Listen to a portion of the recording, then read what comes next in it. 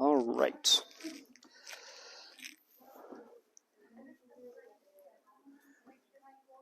So last week, we learned that being argumentative and approaching arguments was a trait, kind of a personality trait.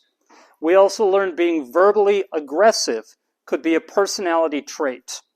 And that when you are dealing with people from the West, being high in argumentativeness, lots of good things happen if you're high in argumentativeness. Not comforting people. You're not better at comforting people who are sad. But you're better at being creative, persuasive, a lot of other things. That's last week. This week, we are going to talk about arguments themselves. So the essay questions that will be addressed by today's class that may appear on the final exam. Here's the first. Explain each of the 3 different meanings of the word argument. That's the first thing we're going to talk about today. If you talk with English speakers and you use the word argument, it could mean one of 3 things. So we will figure out what those are. Second, this one's long, but it's a simple idea. Imagine you meet a student who's brand new to Suda. Teach them something true about Suda or something they would be wise to do. In other words, give them some advice. And I want you to take the advice you would give a new student and put it in the form of a complete argument. And then label each part of the argument. And today, we're going to learn what the parts of the argument are. And so you'll be able to label the parts of the advice you would give to a student who had just arrived on this campus. Third, explain what an enthymeme is, and we're going to talk about what an enthymeme is, and why arguments organized like this might be extra persuasive. They might persuade people better or more. Bringing us then to this word. This word has 3 different meanings. The first of the meanings is a statement with evidence. A statement with evidence. Let us imagine you have saved up lots and lots of money and you're about to buy a car. And I think you shouldn't buy a car.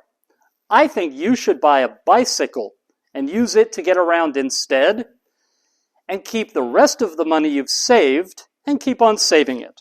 I might make lots and lots of arguments about why bicycles are a good way to travel.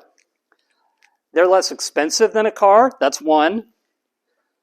They're good exercise, that's 2. A bicycle is faster than walking, that's 3. A bicycle, when you ride it, does not cause air pollution, that's 4.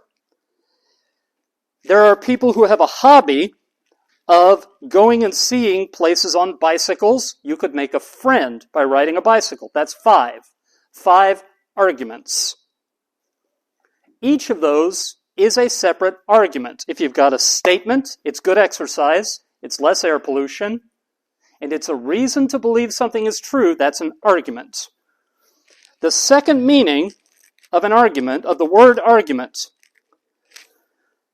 if you and a friend talked for 2 hours, and your friend said, no, don't buy a car, get a bicycle, and you said, well, I really want a car, I'm excited about having a car, and your friend gave all her reasons, and you gave all your reasons, that whole conversation might be called an argument. You might say, we had an argument. Now that confuses people sometimes. 5 different arguments, good exercise, air pollution, cheaper, and those are each arguments. But then this long conversation I had with my friend is one argument? These are two different meanings of the same word. The individual statements are each arguments, but this whole conversation is one argument. I have an example I use with my students in the United States. They say it helps. I'm going to try. When they are in high school, before they come to college, a few times a year, their school will have a dance. And everyone will show up to the dance. They bring along their date. They dress up really nice and come to the dance. Every time there's a new song, they may do a different dance. By the end of the night, they might do 10, 15, 20 dances. But the whole night was one dance.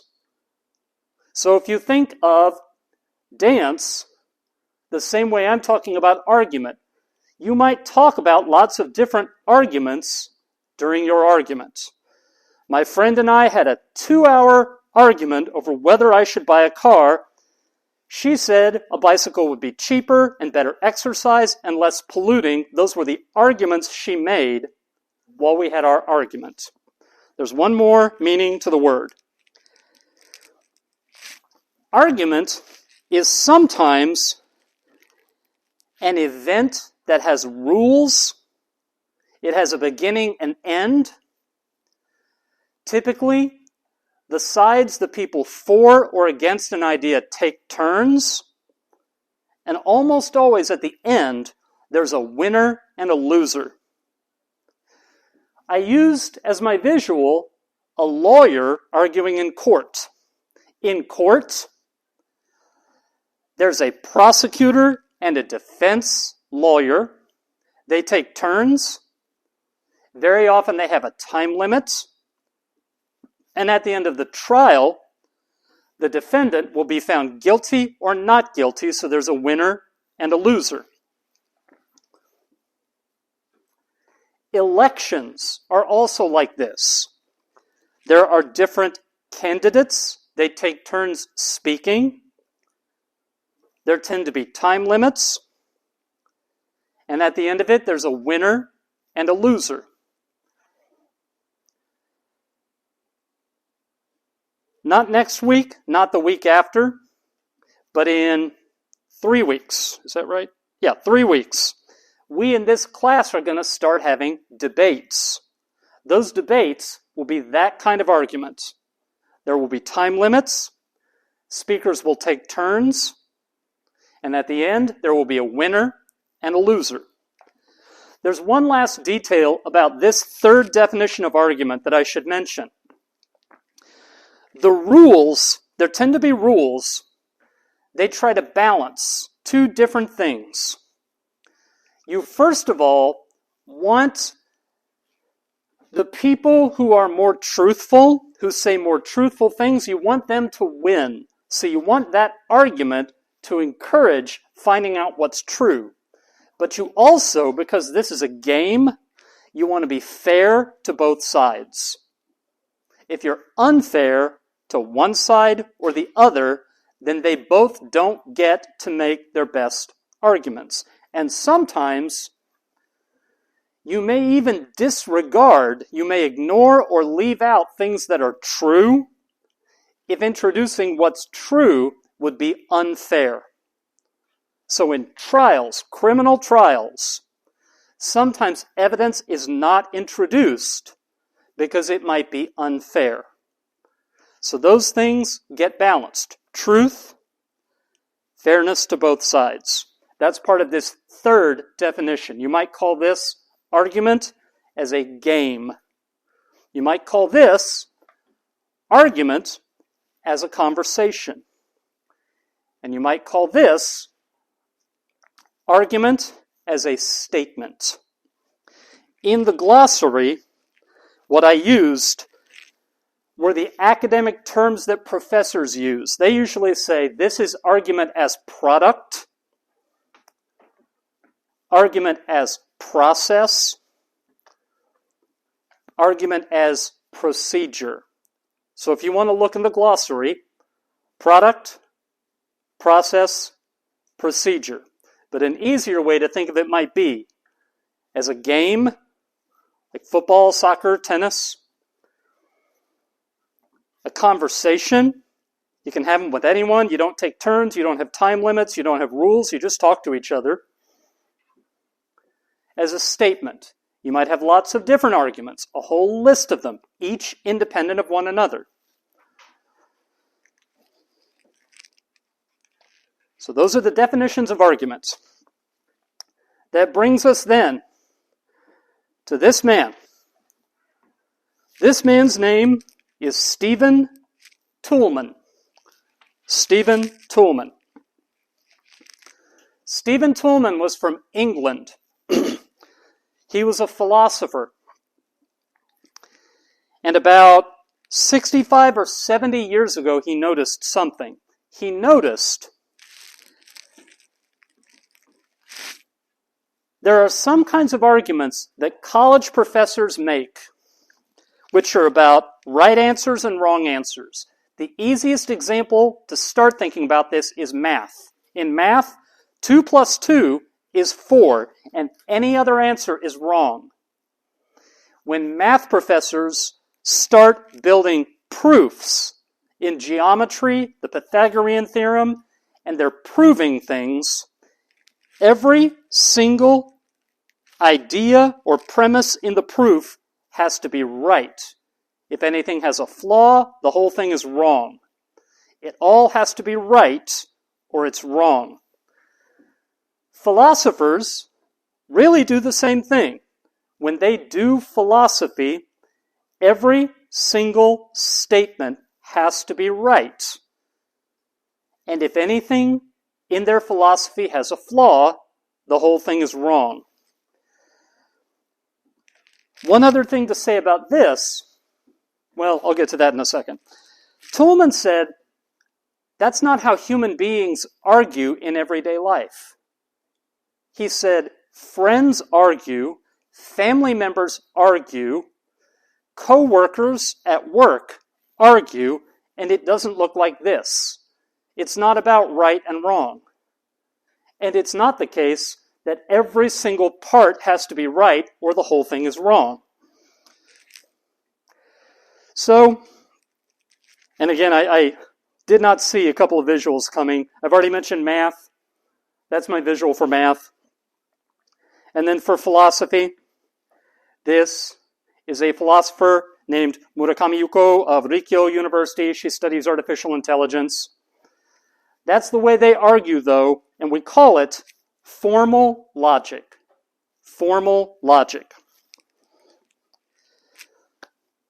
3 things are true about formal logic.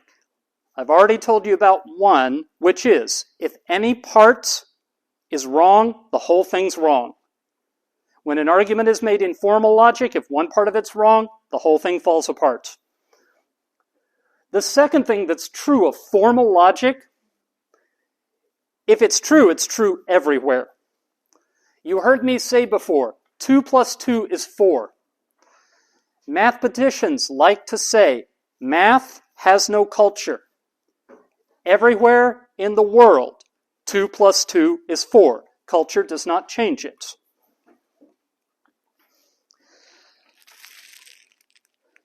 But what Toulmin pointed out is when we argue, we're a lot more likely to use informal logic.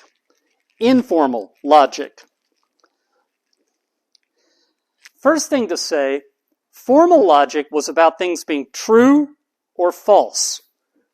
The arguments we have in everyday life are not true or false. They're stronger or they're weaker. Stronger or weaker.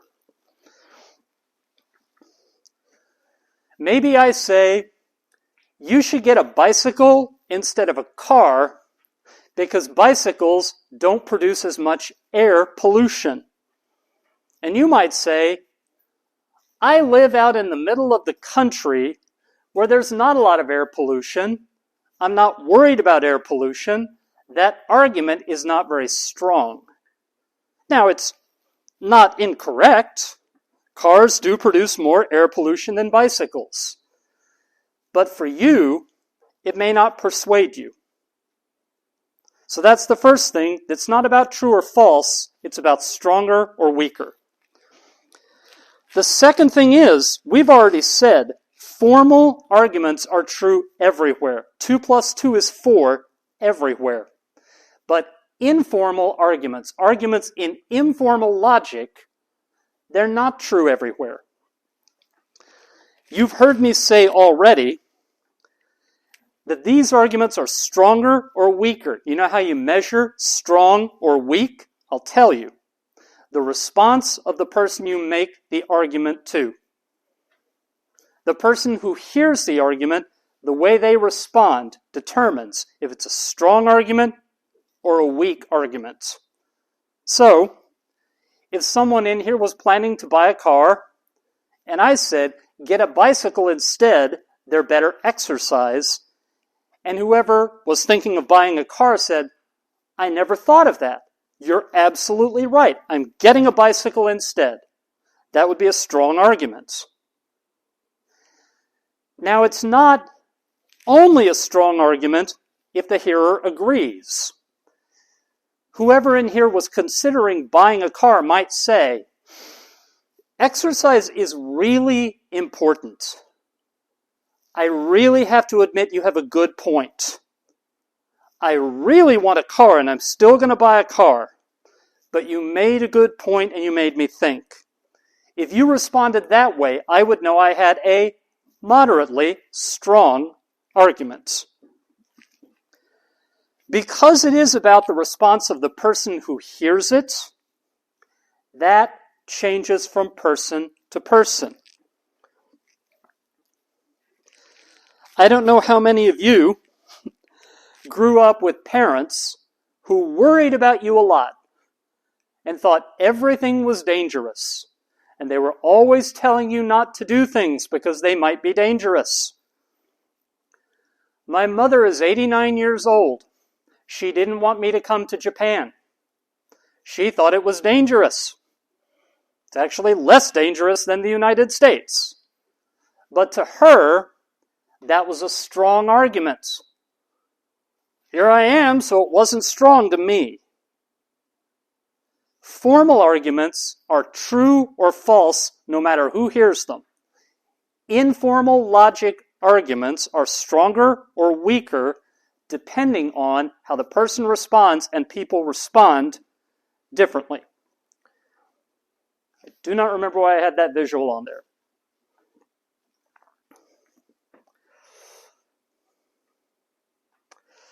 So the way formal arguments... Oh, one more thing that Stephen Toulmin said about the difference between formal arguments, formal logic, and informal logic. He talked about the idea that there are different fields of argument. Fields. Now, a field, F-I-E-L-D, a field could be big open area with grass and trees, or it could be an academic field. Math is a field, history is a field, biology is a field.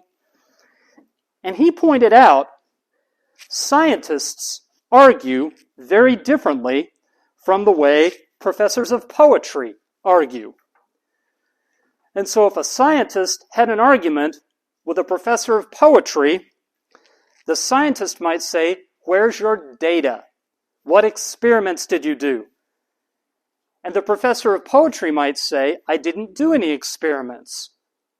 But how is your evidence, how is it beautiful? In what way is it beautiful?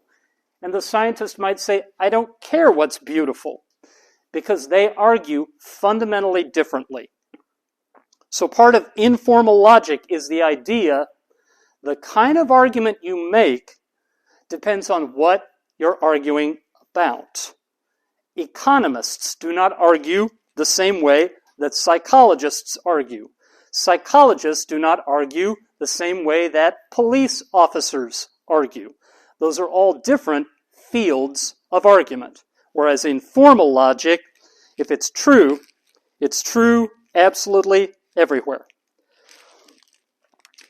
So before Toulmin came along, there was one way to lay out an argument, analyze it, and evaluated, and it was called a syllogism.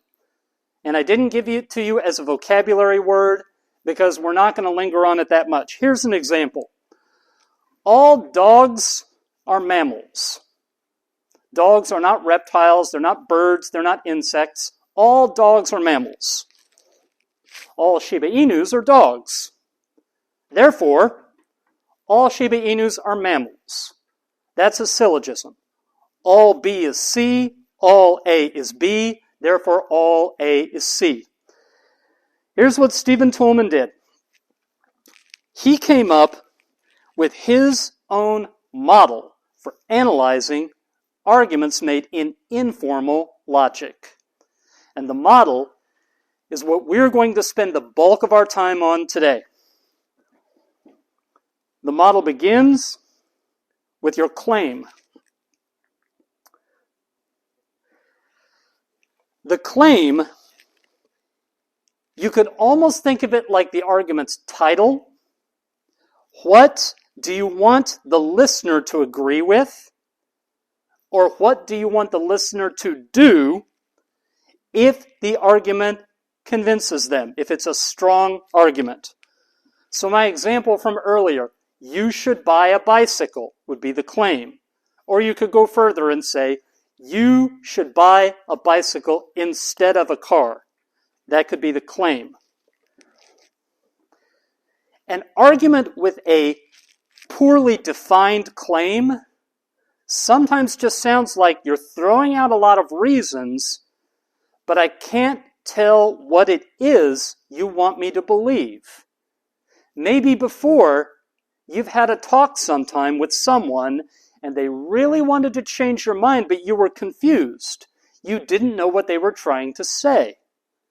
And if that's the case, their claim may not have been very clear. I can tell you, when you find yourself arguing with Westerners from the United States, from Europe, they want you to take the point of your argument. They want you to put it in a sentence and make it direct.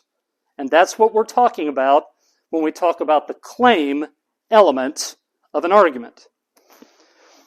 There are two qualities a claim can have that make it good, that make it a well-constructed claim. One of them is it's brief, short.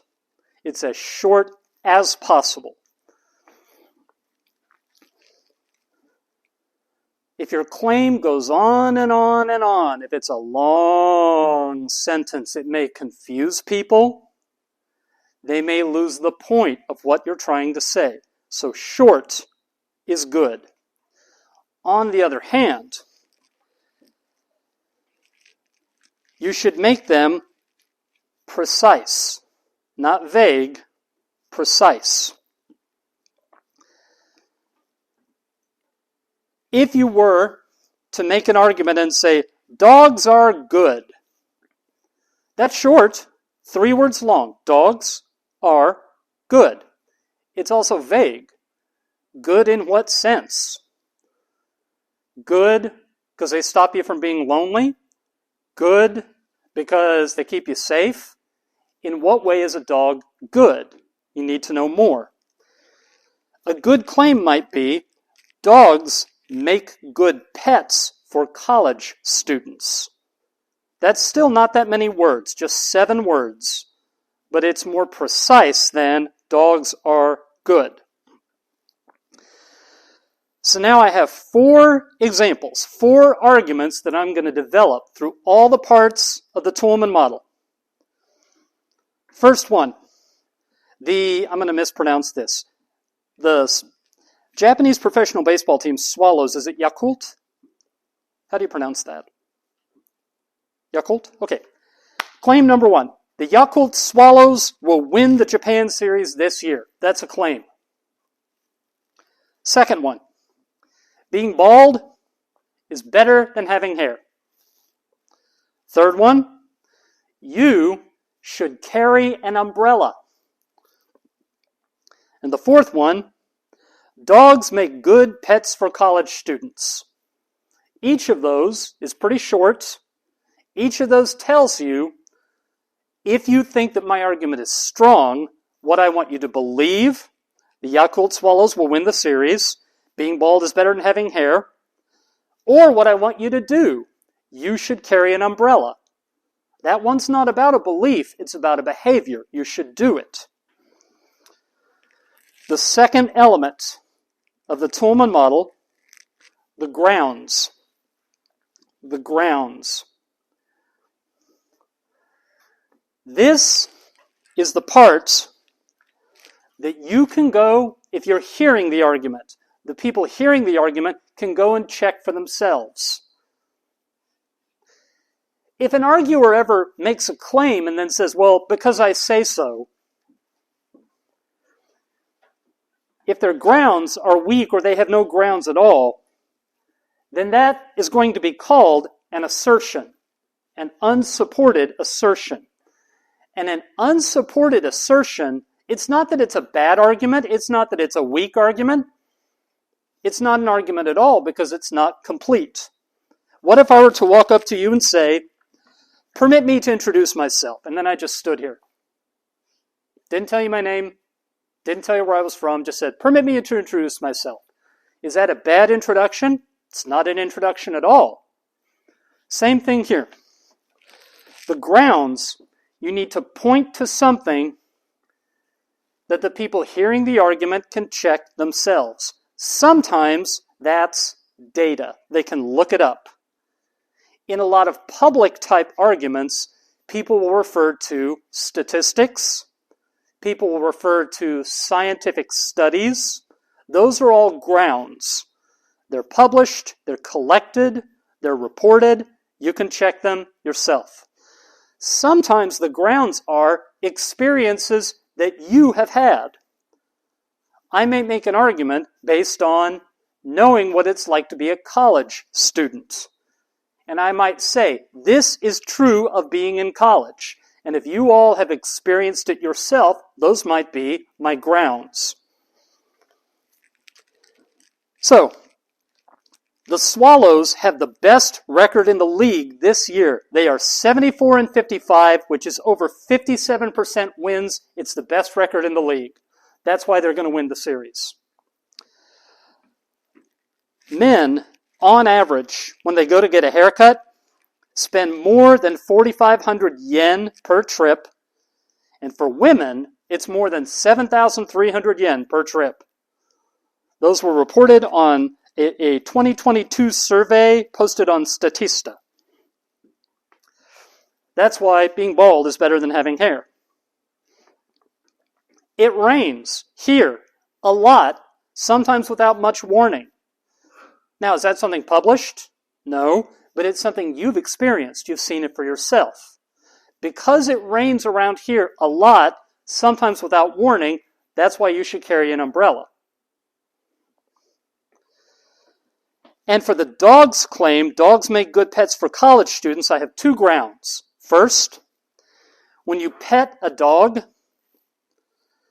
it releases a body chemical called oxytocin, which helps you, it helps relieve physical stress.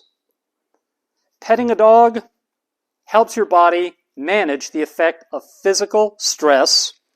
And the second ground, dogs are known to bond with human beings and be very loyal and affectionate.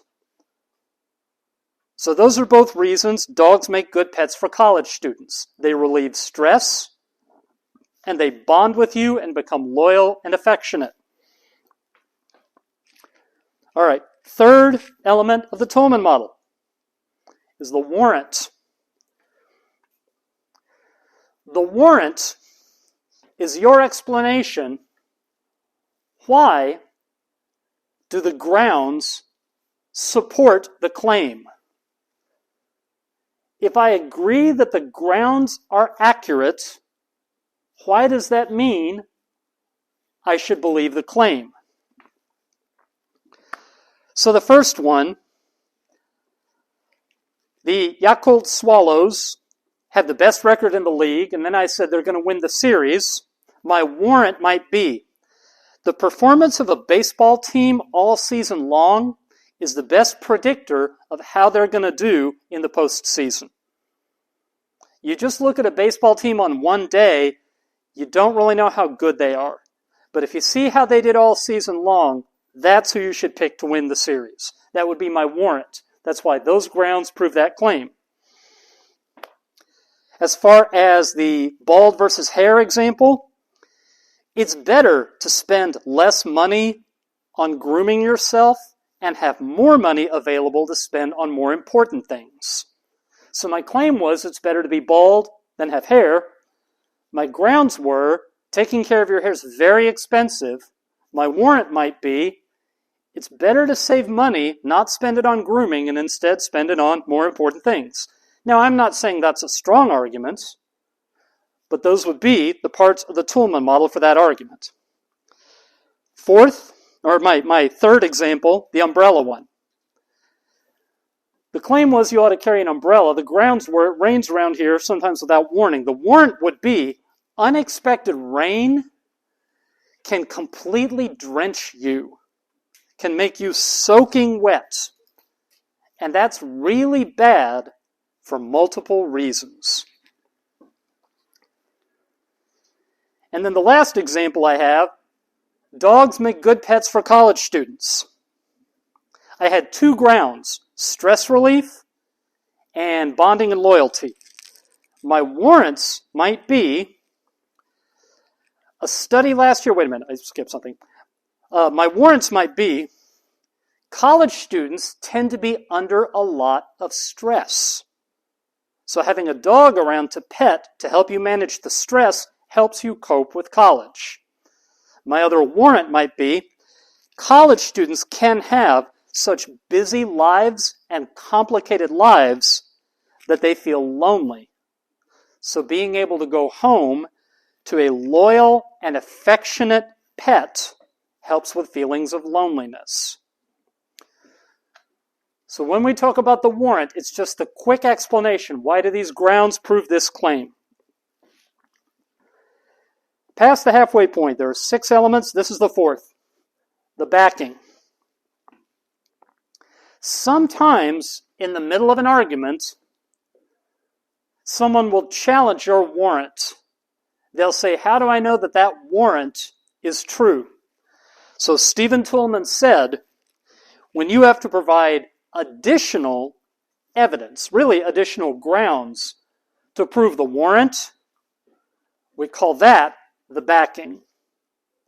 So the backing supports the warrant. The warrant explains why the grounds support the claim. So to continue with my running example, my warrant for my Yakult Swallows argument was you ought to pick the team that does the best over the whole season. If you say, well, how do you know that?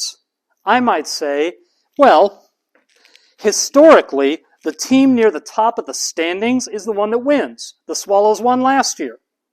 That backs my warrant.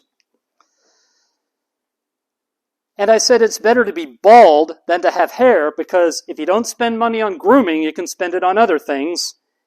And you say, well, why do I need to make a choice? Why is that a good reason? Why do I want to cut my costs here? For backing for that warrant, I might say, right now, because of inflation, it's very expensive to meet basic necessities. So if you can cut your costs, that can make your life a lot easier. I might say, the sudden rain around here can soak you and drench you, and that's bad for a number of reasons. And you might challenge my warrant and say, like what?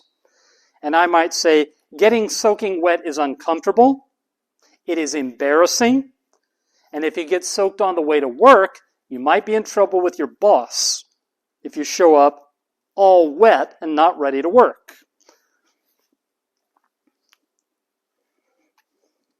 And then finally, for my example about dogs making good pets, my 2 grounds were stress and affection and loyalty. My warrants were college students are under a lot of stress, and college students often feel lonely.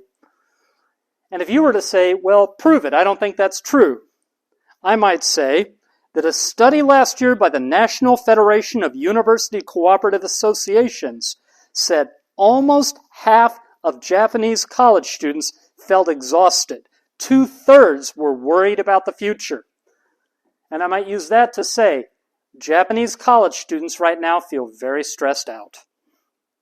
And in that same study, they found 1/3 felt cut off from their friends. Now, this is an August 2021 study. It was in the thick of the pandemic. So I'm hoping it's got a little bit better. But all those published research results would support my warrant, which is why they would be the backing for my warrant. All right. Last two parts. There's the qualifier. The qualifier is language you include in the claim that concedes that the argument is not always absolutely true. It's language that you put into the claim that says that your argument is not always absolutely true. Let me give you two contrasting examples, and I think this concept may make some sense. What if I said, breathing is necessary for people to stay alive? Breathing is necessary for people to stay alive. We'll come back to that one. What if I said, medicine is necessary for people to stay alive? You might argue back and you might say, I'm pretty healthy, I'm not taking any medicine. And so, I might have to qualify my argument and say, medicine is necessary for sick people to stay alive. And you might say, well, there are lots of people who are sick who don't take medicine, they do other things for it. Some medicine is necessary for some sick people to stay alive. Now that statement is true. Because for that statement not to be true, there'd have to be nobody in the world who was dependent on their medicine to stay alive. So when I went from medicine is necessary for people to stay alive to some medicine is necessary for some people, some sick people to stay alive, I added in 3 qualifiers. Some medicine, some people, and specifically some sick people. But do you remember my original one? Breathing is necessary for people to stay alive. There are no qualifiers in that one because it's always true. Any human being who's not breathing is not alive. That's what a qualifier is. When you put words in that admit, not always. And my students are sometimes surprised that that makes the argument stronger when you put in qualifiers like some. But what you're doing, do you remember when I introduced the idea of the claim, I said, make your claim precise. If you make an argument and people hear you and you say, medicine is necessary for people to stay alive, and they think, well, not always, that's not a very good argument because it's too broad. When you focus it and make it more precise, it becomes a stronger argument. The 6th and final element of the Toulmin model is the rebuttal. Oh, wait a minute. Let me back up 1 second. Whoops, I do that. Did I do that right? Yes. So I had my running examples. The Yakult Swallows. The Yakult Swallows will probably win the series. Can't guarantee it because upsets happen sometimes. Being bald is better than having hair for some people, primarily men. You should carry an umbrella when you're outside. If you're inside all day and you carry an umbrella, you just look silly. Dogs make good pets for organized college students. Disorganized college students will just find that it stresses them out even more. Finally, there is the rebuttal. The rebuttal is language that concedes that there are specific exceptions. Language that concedes that there are specific exceptions. So I might say, the Yakult Swallows will win the series this year unless the Hanshin Tigers pull off an upset. I might say, it's better to be bald than to have hair, unless you work as a model for a shampoo company. I might say, you should carry an umbrella unless you need both hands to carry something. And I might say, dogs make good pets for college students unless you're allergic to them. Let me give you one more illustration to help you understand this entire model, and then we will start to do some stuff with this. Toulmin initially came up with his model from observing what happens in courtrooms in criminal trials. So one way you might think of it, and I actually have a visual for this. Oh, this is something I was going to show you. These are the ones that we do the most with when we are analyzing and working with arguments. The backing, the qualifier, and the rebuttal are not relevant in all cases. The claim, the grounds, and the warrant always are. But now, Toulmin first developed this in watching what happens in criminal trials. And he developed it out of what he saw when a defendant is accused of committing a crime. So let's say Bob is the defendant. This is Bob. And Bob has been indicted and is on trial for stealing a car. The claim, Bob stole the car. The grounds, the car is missing and there's an eyewitness who saw someone who was about 1.8 meters tall, seemed to be in his 40s, wearing a blue jacket, get into the car and drive it away. Then there's the warrant. Bob is in his 40s. He's 1.8 meters tall. He was in the neighborhood that day. He was wearing a blue jacket. And he cannot tell police what he was doing at the time the car was stolen. So the data are all things that can be checked. There's an eyewitness who testified to all of it. And then the warrant is explaining why the data, the grounds, the warrant is explaining why the grounds support the claim. The backing may have to be introduced if the lawyers argue about the warrant, which at a criminal trial they often do. Bob's defense attorney is going to get up and say, that does not prove my client did it. The eyewitness might have been mistaken. Eyewitness testimony is notoriously unreliable. There are flaws in the, my client is actually not 1.8 meters. My client is 1.7 meters, and that assumes that they weren't wearing shoes that were, thick shoes. All those arguments, the prosecution would have to introduce evidence to support their warrant, and all of that would be the backing. The qualifier is the very specific crime that Bob is charged with. And when you're charged with a crime, you could be charged with, for example, murder, manslaughter, justifiable homicide. Crimes, the language of crimes tends to be very specific because they're qualifying what they accuse you of. The more precise they are, the more likely that they can sustain it and you won't have it overturned on appeal. And then finally, as far as the rebuttal is the element that Toulmin added last. It doesn't fit his trial analogy very well. I know in Japan, near as I can tell, you've only had plea bargaining for about 4 years. It's only been part of your legal system very recently. In the rest of the world, it's been around for a long time. So, if Bob were charged, Bob's attorney might get together with the prosecuting attorney, and Bob's attorney might say, Bob will plead guilty to this lesser crime, and the prosecuting attorney might say, we can agree on that and we won't go to trial. And that's called a plea bargain. And that might fit the rebuttal. I will admit that this is not as severe of a crime as originally Bob was accused of. We are agreeing that it's this lesser crime that might fit the element of a rebuttal in the Toulmin model.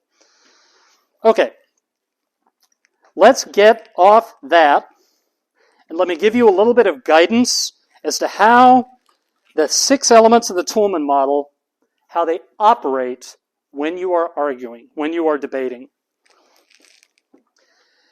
Claims can be done poorly, adequately, or very, very well. If you think hard about the claim you're trying to make and how to word it powerfully, you can sway an audience a lot of times with your words. And you learn by trial and error how to make your claims more argumentatively effective. Grounds can be weak, grounds can be sufficient, or grounds can be really good. The years that I coached debate, we would begin by trying to find the very best possible grounds. We went out and did our research. We found out what was out there. We then found language to describe the grounds as vividly as we could, and that's where we came up with our claims. And most of the time, we went into debate, we knew the grounds backwards and forwards, and we had put a good deal of thought into the claim, and we had not thought that much about the warrant. Because here's where the warrant would turn up. When your opponent challenges you, your opponent will point out the flaws in the relationship between your grounds and your claim. And as you explain it, as you hear what their argument is, their objection is, your explanation then develops. That's when you begin to really understand the warrant. The example I gave before, Bob is on trial. Bob is charged with a crime. That's the claim. There's evidence that the prosecution introduces. That's the grounds. But where the defense will attack the prosecution's case is in the warrant. In the back and forth of debating, that usually focuses on the warrant.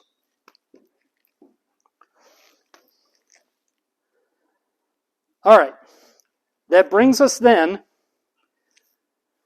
to a word that my students back home find very, very hard to pronounce. Enthymeme. Enthymeme. The word enthymeme, I realized this morning was not in the glossary, so it is now. So if you want to go back and look at this word, including I have its katakana spelling, I went back and checked. Enthymeme. An enthymeme is an argument where you do not necessarily say out loud all the parts. So before you heard me say, you should carry an umbrella. It rains around here a lot, sometimes without warning. If you get drenched by rain, that can be really uncomfortable. Claim, grounds, warrant, that's complete. An enthymeme is what happens when one of those you don't say out loud because you know that the person hearing it will fill it in their brain. They'll notice you left part of it out and they'll fill it in. They'll think it silently. And going back thousands of years to Aristotle, Aristotle said, you want to skip over parts of your argument if you know the people hearing the argument will fill them in, because when they fill them in their brain, they're more likely to believe you. If it came from their own thinking, they're more likely to think your argument overall is strong. So a couple of simple examples of an enthymeme. Someone might say to you, better take your umbrella, it's raining outside. That was claim and grounds, but no warrant. And you fill in, well, if it's raining outside and I get caught in the rain, I will be uncomfortable. And in your mind, you fill in the warrant. They might say, better take your umbrella, you don't want to get wet. That's claim and warrant. They did not fill in the grounds. But you might say, well, if they said, take my umbrella, I don't want to get wet, that must mean it's raining outside. And you fill that in. In both cases, they did not give you a complete argument. They gave part of it to you. And you figured out what it would take to make a complete argument. One last example. Let's imagine that there's someone here in the neighborhood that a lot of you know who's very nasty and unpleasant and nobody likes. We'll call him Bob. Your friend might say to you, hey, there's a party tonight, let's go to the party. And you might say, Bob is going to be there. And they might say, oh, never mind then. Bob is going to be there is just grounds. It's not a claim. You don't have to say, let's not go. It's not a warrant. You don't have to say, if we go and Bob is there, we will have a bad time. You just say, Bob is going to be there. And they say, oh, never mind. That's an enthymeme. It's an argument, but it's in one part, and then you know they'll fill in the rest themselves. Enthymemes work the most when you know your audience very well. And when you can predict how they would respond, how they will think. And so giving part of the argument works because you know that they will supply the rest. It's hard to use enthymemes with an audience of strangers. But people commonly use them with their family, with their close friends. They commonly use them with people who agree with them politically, people who are of the same religion. In all those situations, you have some basis for knowing if I give part of the argument, they'll finish it in their brain. And because the finishing part came out of their brain, they're more likely to believe it.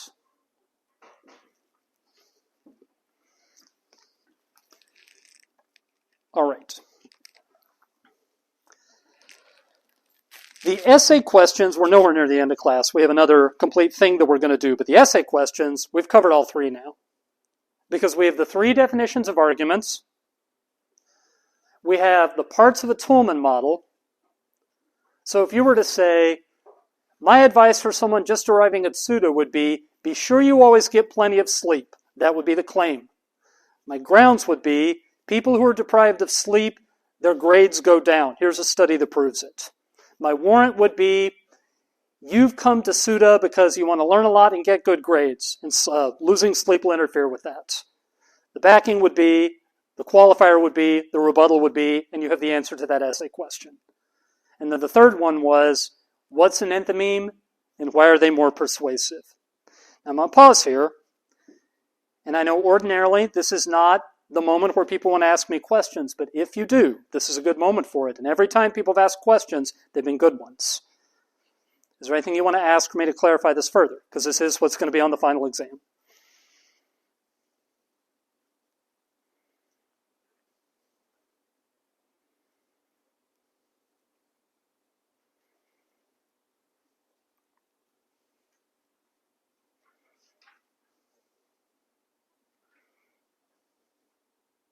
Yes, ma'am. Could you explain what is assertion again? Right. Assertion. Let me think. All of you should change whatever your major is and just study interpersonal communication, my field. Why? Because I say so. Are any of you going to do it? No, you shouldn't. That was a terrible argument. That was an assertion. It was unsupported. I didn't offer any grounds. I just said, this is what I want you to believe. Boom, now believe it. Now, I'm going to give you just about a minute and a half of what my grounds for that would be, and then we'll change the subject. The biggest change that's happening in the workplace and in the work environment right now is artificial intelligence. And do you know what artificial intelligence is going to start doing to jobs? It's not going to make them go away. Most jobs that exist right now will exist in the future. But you'll be more successful in them if your interpersonal communication skills are good. Here's my example. Dermatologists, doctors who study skin disorders, and in particular, they are the ones who spot skin cancer. Already right now, dermatologists are not as good as artificial intelligence at telling whether a mole is skin cancer. Artificial intelligence is better. But you can't just have an app on your phone that tells you you have fatal skin cancer. What dermatologists are going to have to get better at doing is counseling the patient about their options. And that means their interpersonal skills need to get better. And that's not my random opinion. Medical schools in the United States are beefing up the communication classes doctors take because the science part of it, artificial intelligence is getting very good at. But the talking to a human being part, people who design artificial intelligence say, we'll never be able to teach them to do that. You're always going to need a human in the loop to talk to the other human. So my claim that you should all major in interpersonal communication, those were my grounds in my warrant. But you get how what I gave you at first was just an assertion. Okay. Does anyone else have a question about any of this?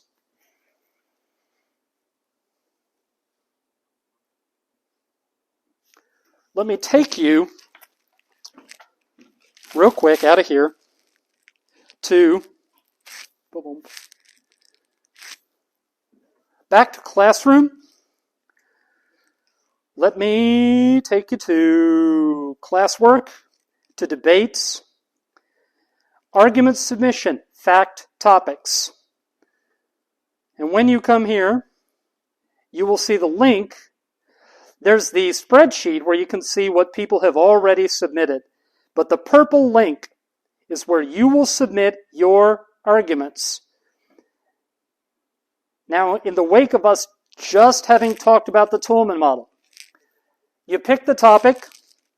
Everest is not the world's biggest mountain. Clothing is a dependable indicator of personality. Can I make this bigger? I can. Look at that. In this space, type the claim. In this space, type the grounds. In this space, type the warrant. What you're going to do every time you submit an argument for the class to use in our debates, you will type in, this is my claim, these are my grounds, this is my warrant. Then a good answer that an opponent could make. Then if the argument came from research, the source or the link, and then type your name. So when you do that homework, you're breaking it down into claim, grounds, warrant, just like we talked about today. That's one thing I wanted to take just a minute on. And you can take me back to that and ask me questions if you want. But the other thing I want to show you, I want to talk you through the format of the debates that we are going to have. We're going to divide it into 3 parts. First, I'm going to put all the speeches up here. First, government. First, opposition. Second, government. Second, opposition. Third, government. Third, opposition. Government, whip. Opposition, whip. Government opposition, government opposition, government opposition, government opposition. Just like we talked about at the beginning of class today, argument as game, you often take turns. Government says the topic is true. Opposition says it's not true. One of our topics, the day we debate fact topics, will be clothing is a dependable indicator of personality. Government will say, yes, that's true. Opposition will say, no, that's not true. And we will take turns. A reminder, this speech is 2 minutes long, and so is this speech. All the rest are 3 minutes long. 2-minute speech, 3-minute speeches, 2-minute speech. With that in mind, we're going to divide our discussion into just 3 categories. The first government speech is going to be different from all the other speakers. So we're going to call the middle speeches the ones from here to here. First opposition, second government, second opposition, third government, third opposition. Those are the middle speeches. And then, finally, there are the whips. Government whip, opposition whip. That is a political term taken from parliamentary democracy, calling them whips. There is a history to it. You'll have to ask somebody else for the history. First government. The only thing you have to do as the first government speaker is make one complete argument in favor of your side of the topic. So if you get clothing is a dependable indicator of personality and you're the first government speaker, the first definition of argument where we said that bicycles are good exercise, pollute less, are cheaper, you take one claim plus some evidence that clothing is a dependable indicator of personality. You got 2 minutes. So tell us what the claim is. Explain to us the grounds. Because 2 minutes is a little longer than you thought, you probably can go ahead and explain the warrant. Devote that speech to making one full argument in support of your side of the topic. In the speeches that follow, all the middle speeches, here's what I want to see happen. What must happen, actually, let me define a term really quick for our purposes. I'm going to define a positive argument and a negative argument. Positive argument and negative argument. And in this format of debate, that's actually a term they use. A positive argument, well, let me do the other one first. A negative argument is when you say, someone from the opposing side said this, and here are the problems with it. It's where you identify an argument your opponent made, and you explain why it's not a strong argument.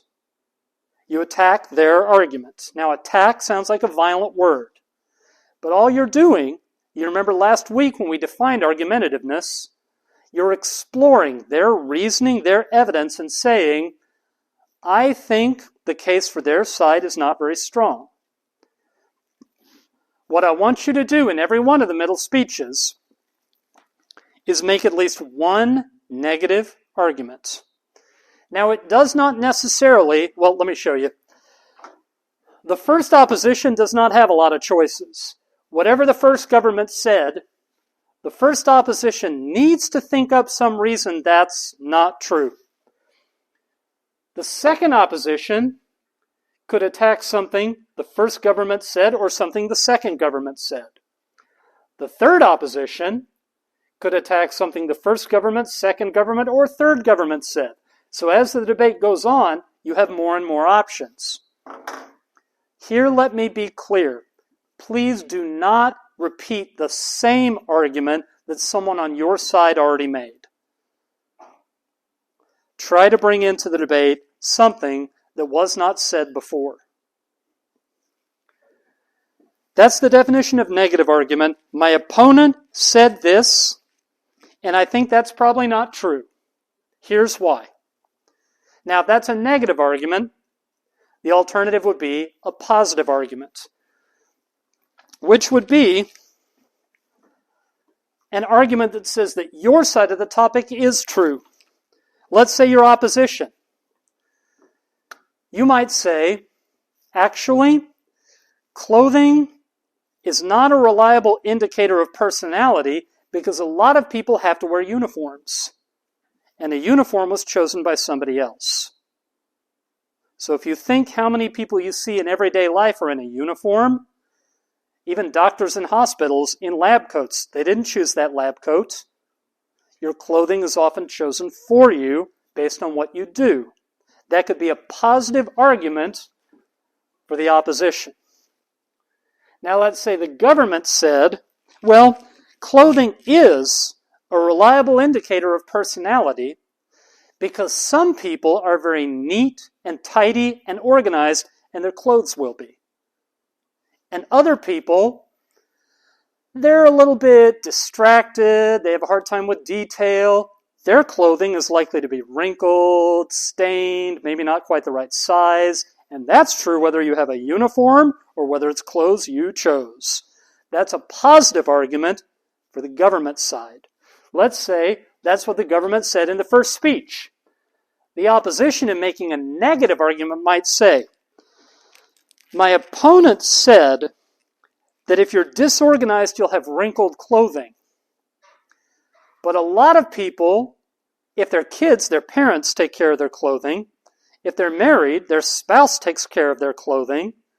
If you see wrinkled clothing, that just says something about what's going on in their life. It doesn't tell you their personality. They might be an organized person, but right now there are sick people in their household and they're overwhelmed. And today they look like a mess. That's not dependable. You see how that works? That's a negative argument. My opponent said wrinkled or stained or whatever shows their personality. But that's not true because. And then I say it's not a dependable indicator because in so many cases, your clothing is chosen for you by somebody else. Whether it's a uniform, whether it's a doctor in a lab coat, that's an argument you bring up yourself for your side. All of that to say, in these speeches, the middle speeches, you must either bring up one negative argument or one positive argument. And if you want to give a really good speech, do both. You have 3 minutes. It would be good to start your speech saying, my opponent made this argument, but I think it's probably not true because. Now here's an argument for my side. And then your 3 minutes are up. After you've explained that, you sit down and the next speaker stands up and says, my opponents have said this, but I think that's probably not true because. Now here's an argument for my side. 3 minutes is up, you sit down, the next speaker gets up. That's what the middle speeches will look like. The first speaker will only bring up one argument in favor of their side of the topic because nobody went before them. They can't make a negative argument. They have nothing to answer. Okay. That brings us finally. That didn't work. To the whips. What do the whips do? Very simple. The government whip looks at all the arguments the government speakers made and picks the one they think is the strongest. Pick one argument you think is the strongest. And make that argument again just as persuasively as you possibly can. That's the first part of your speech. In the second part of your speech, oh, and by the way, you are not allowed at this point to bring in any new arguments that were not mentioned before. So if the argument you decide to go with, you thought of yourself, well, that's not allowed. In this speech, you have to only talk about arguments that were already in the debate. In the second half of your whip speech, you then pick what you think your opponent's strongest argument is. And you should tell the room, now I think their best argument probably is, mention it briefly and say, I don't think this is enough to win them the debate because, and explain why you think that argument has flaws. And then the opposition's going to do the same thing. Start your speech by giving what you think the best argument is for the opposition. And it's shorter. You only have 2 minutes. So say what you think your best argument is, and then say, now I think their strongest argument probably is this. And I don't think it's sufficient because. That's the format of the debating that we are going to do starting 3 weeks from today, using the arguments that all of you submit, which will appear in the spreadsheet. Okay, I'm going to pause here and see, and look at how am I doing on time. I'm doing good. And I'm going to see what questions would you like to ask me about debate format.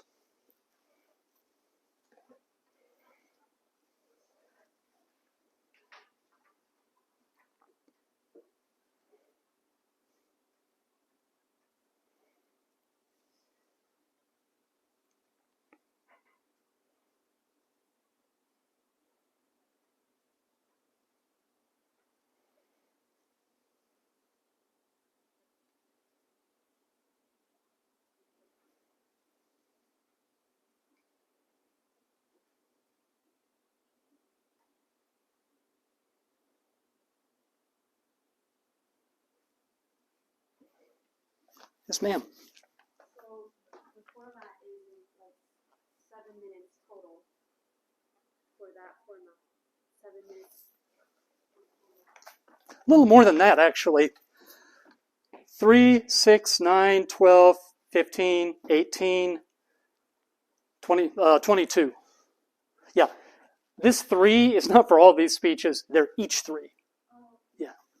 Very good question. I realize that's the way that looks. That's confusing. As a matter of fact, let me fix it, because I think some people took a picture of it.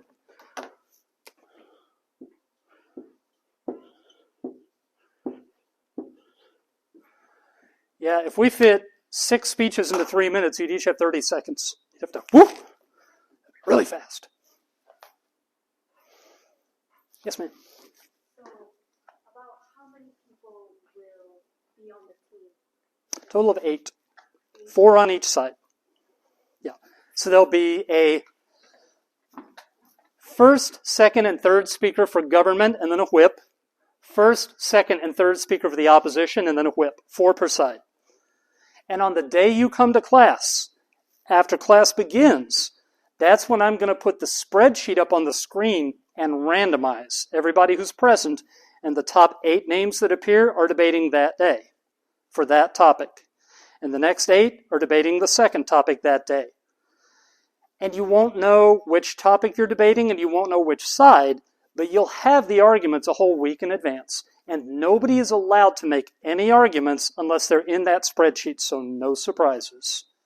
So just have a look, have a couple of arguments that you think you understand and can explain for each topic, and you're ready. You're going to give one speech.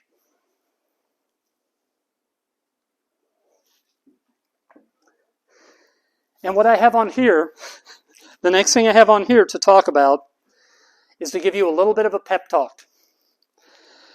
Because what I have done more than anything else in my career teaching college is I've taught public speaking.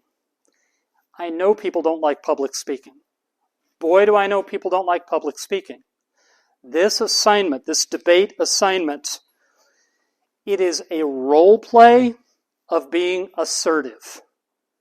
If any of you ever did theater, you know you go out on stage and it's not you, it's a character.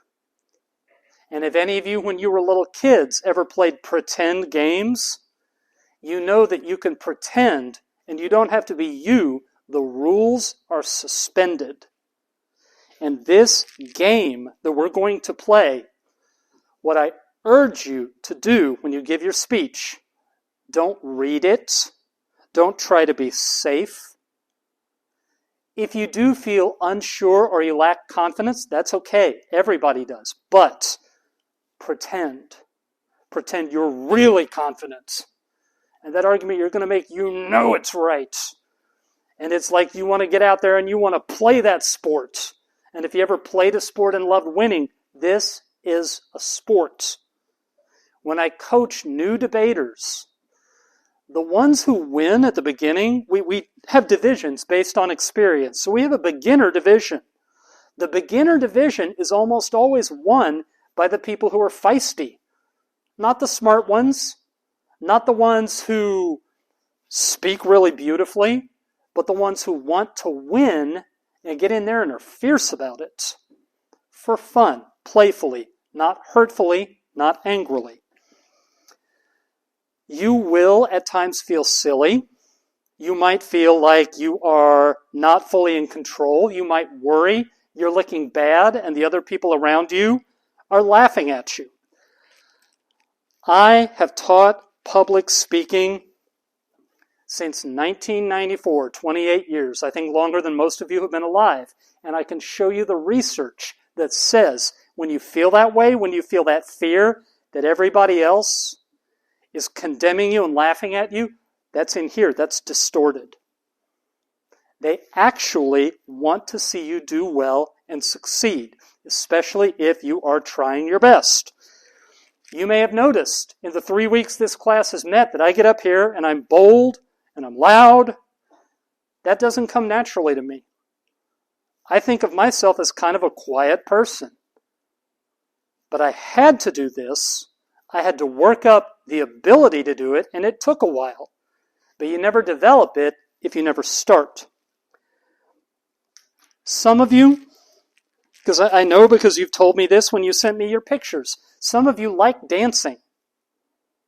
You don't dance everywhere you go. You would look kind of odd if you did. When you reach for your pen, you don't do a dance move for your pen.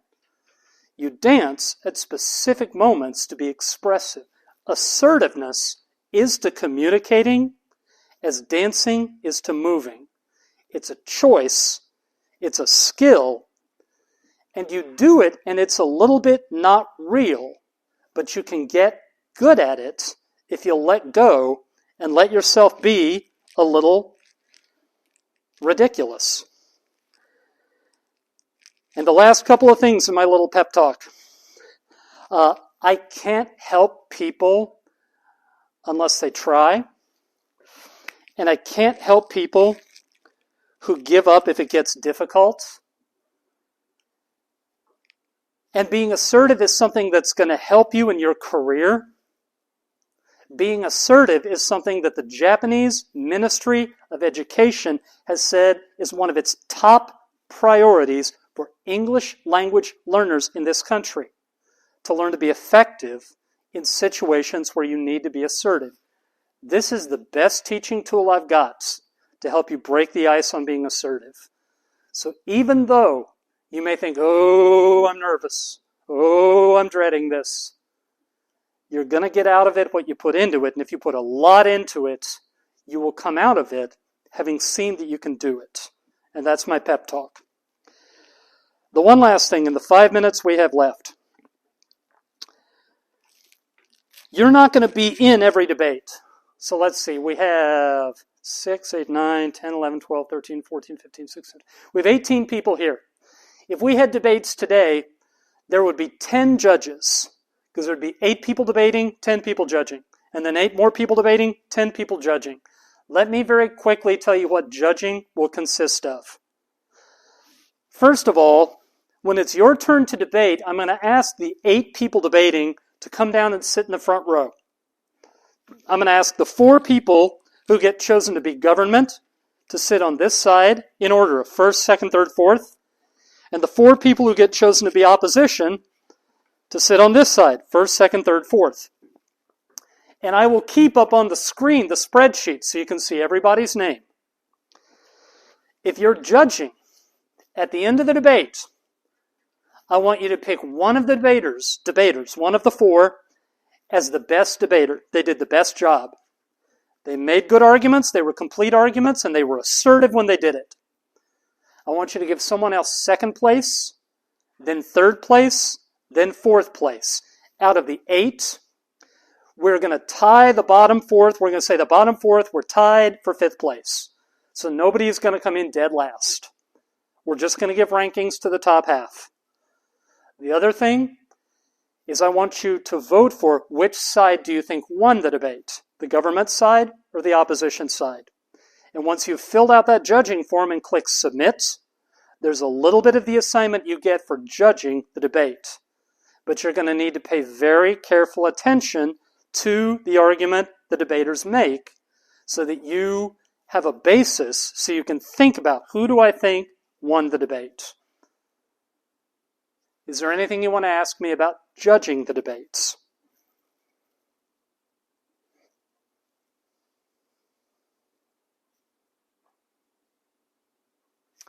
Okay. Every time this class has met, I've had people come ask me afterward, what do we need to do between now and next week? This week I have an answer.